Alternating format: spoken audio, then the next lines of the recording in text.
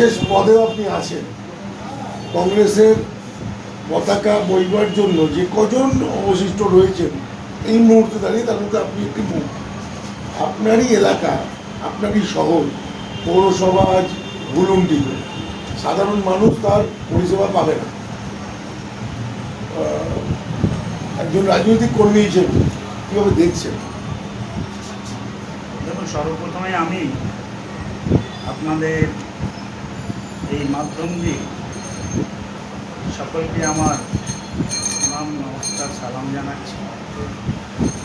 আজকে একটা খুবই বেদনাদায়ক ব্যাপার, খুবই দুঃখজনক ব্যাপার যে ডানকুনি পৌরসভা, যেখানে 21টা ওয়ার্ডের মধ্যে একজন মারা গেছে, 20টা কাউন্সিলর ছিল, তার মধ্যে একটা জাতীয় কংগ্রেসের কাউন্সিলর ছিল, সেটাও তৃণমূলে ছিল। কিন্তু এই 20টা কাউন্সিলর থাকায় আমরা ভেবেছিলাম যে এলাকার উন্নয়ন হবে, মানুষ ভালো পরিষেবা পাবে। যেটা তৃণমূলেরই ছিল যে বিরোধী শূন্য ভোট থাকলে আমরা কাজ করব। কিন্তু আমরা দেখলাম যে বিরোধী শূন্য ভোট করে ডানকুনির মানুষের পরিষেবা থাকে তেমন কিছু উন্নয়ন। গতকালকে এবং এর আগেও যে ঘটনাগুলো ঘটছে, বিধানসভা নির্বাচনের পরে রাজ্যে যে দলটা ক্ষমতায় এসেছে, এই দল ক্ষমতায় আসার পর থেকে তারা তাদের যেন একটা এজেন্ডা হয়ে গেছে যে একটা রিভেঞ্জ নেব। তারা নির্বাচিত জনপ্রতিনিধিদের উপরে যেভাবে আক্রমণ করছে সারা বাংলা ব্যাপী, সেই যে আক্রমণ, সেই আক্রমণকে আমি তীব্র ধিক্কার জানাই। যদি কেউ কোনো রকম চুরি করে থাকে, কোনো রকম অন্যায় করে থাকে, তার জন্য জায়গা আছে, তার অভিযোগ জানানোর জায়গা আছে, সেখানে জানাতে হবে, প্রশাসন তার বিরুদ্ধে ব্যবস্থা। কিন্তু আজকের এই বিজেপির যারা বিজেপির পতাকা নিয়ে মানুষকে এভাবে হেনস্থা করছে, এটা গণতন্ত্রের পক্ষে খুবই সুখবর নয়। একটা দারুণ ভয়ঙ্কর ব্যবস্থা হয়ে গেছে পশ্চিমবঙ্গের ভিতরে, যে গণতন্ত্রের উপর একটা বিশাল আঘাত এসে গেছে।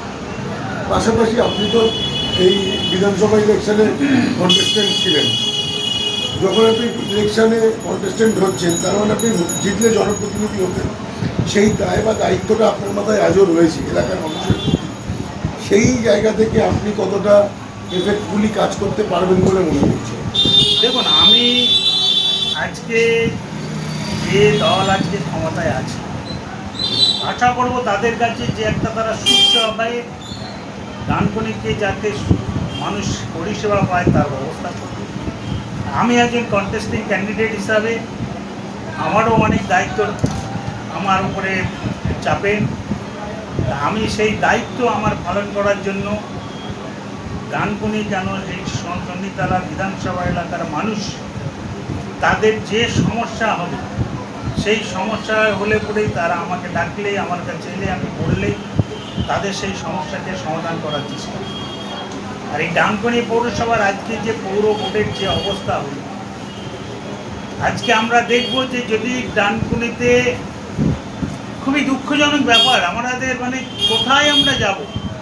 আজকে এমএলএ তার পাত্তা নেই, আজকে 4 বারের এমপি তার পাত্তা নেই, আজকে 4 বারের এমপি তার কর্মীরা মার খাচ্ছে, তাদের উপরে হামলা হচ্ছে। তিনি চতুর্দিকে গ্রিন থেরাপি হচ্ছিল, তিনি একদিন গ্রিন থেরাপিতে সেই যে গায়েব হয়ে গেছেন, আর চণ্ডীতলা বা ডানকুনির প্রতি তার আর কোনো নয়।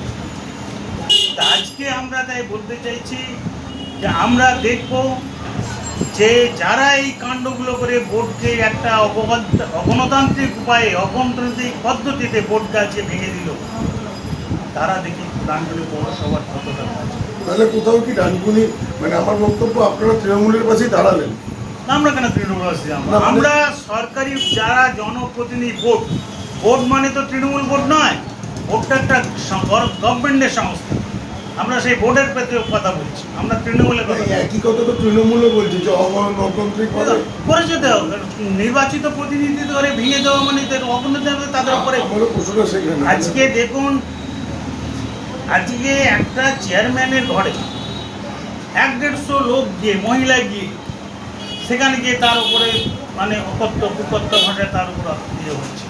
এটা কি গণতান্ত্রিক পদ্ধতি? আমরা বলছি যে যদি ওই চেয়ারম্যান চুরি করে থাকে, চেয়ারম্যান যদি অন্যায় করে থাকে, তাহলে তার জন্য সেই অন্যায় জানাবার জায়গা আছে আলাদা, সেখানে বলতে হবে।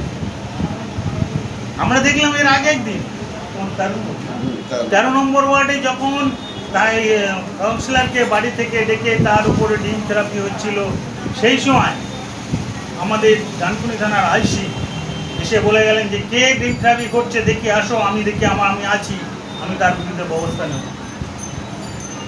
কিন্তু কালকে যখন ঘটনাটা ঘটল, কালকে কিন্তু সেই আইসির ভূমিকা অন্যরকম।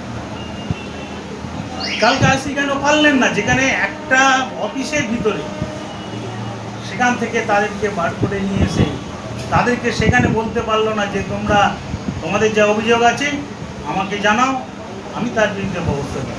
ওরা যদি অন্যায় করে থাকে, অন্যায়ের ব্যবস্থা আইনের মাধ্যমে চলবে, শাসকের কথার উপরে তো হবে না।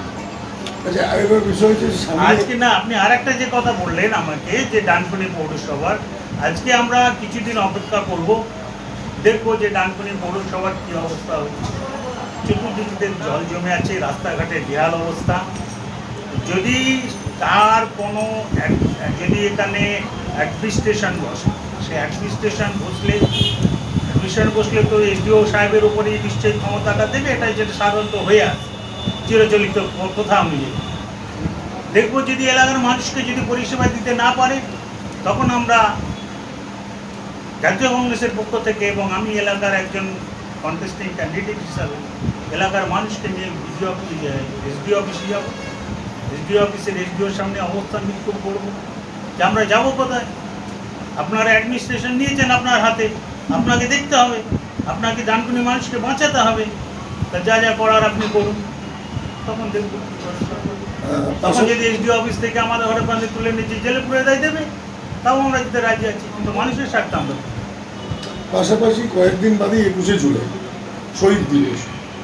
কংগ্রেস প্রথম থেকেই বলে আসতো যে মমতা বন্দ্যোপাধ্যায় এই শহীদ দিবসটাকে কিডন্যাপ করে নিয়েছে বা হাইজ্যাক করে নিয়েছে।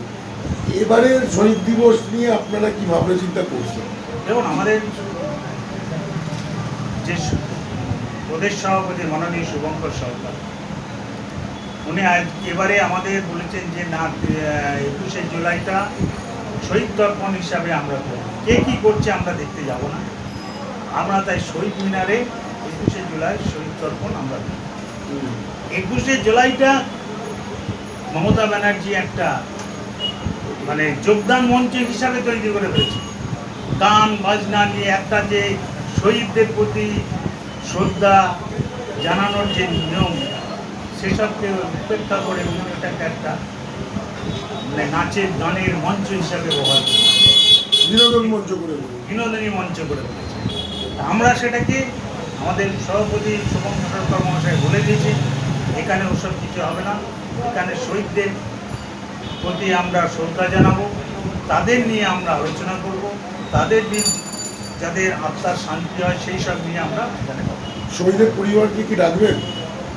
আচ্ছা, প্রদেশ সভাপতির ব্যাপারে যে নিশ্চয়ই তাদেরকে ডাকা হবে, তাদেরকে বলবে, হ্যাঁ, ডেকে তাদেরকেও একটা একটা খুব অপ্রাসঙ্গিক হলেও প্রশ্নটা রাখছি।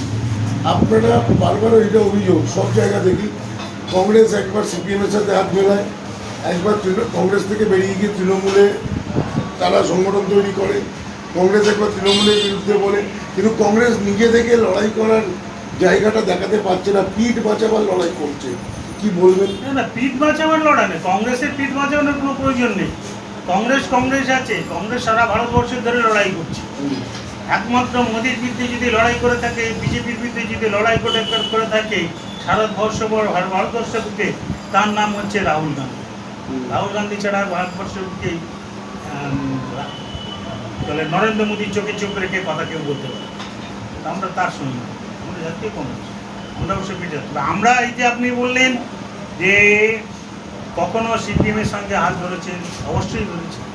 সিপিএমের সঙ্গে হাত ধরার আমাদের কারণ হচ্ছে এটা, আমরা দেখলাম যে তৃণমূল পশ্চিমবঙ্গকে যেভাবে চালিত করছে সেইভাবে চালাতে তারা আইনের শাসন মানে না, তারা শাসকের আইন নিয়ে চলছে এবং তারা আপাদমস্ত দুর্নীতিগ্রস্ত হয়েছিল এবং সেই দুর্নীতিতে মানুষ দেখতে পাচ্ছিল কিন্তু তাদের কিছু বলার উপায় ছিল না। পুলিশ প্রশাসনকে তারা দুটো জগন্নাথ বানিয়ে দিচ্ছে।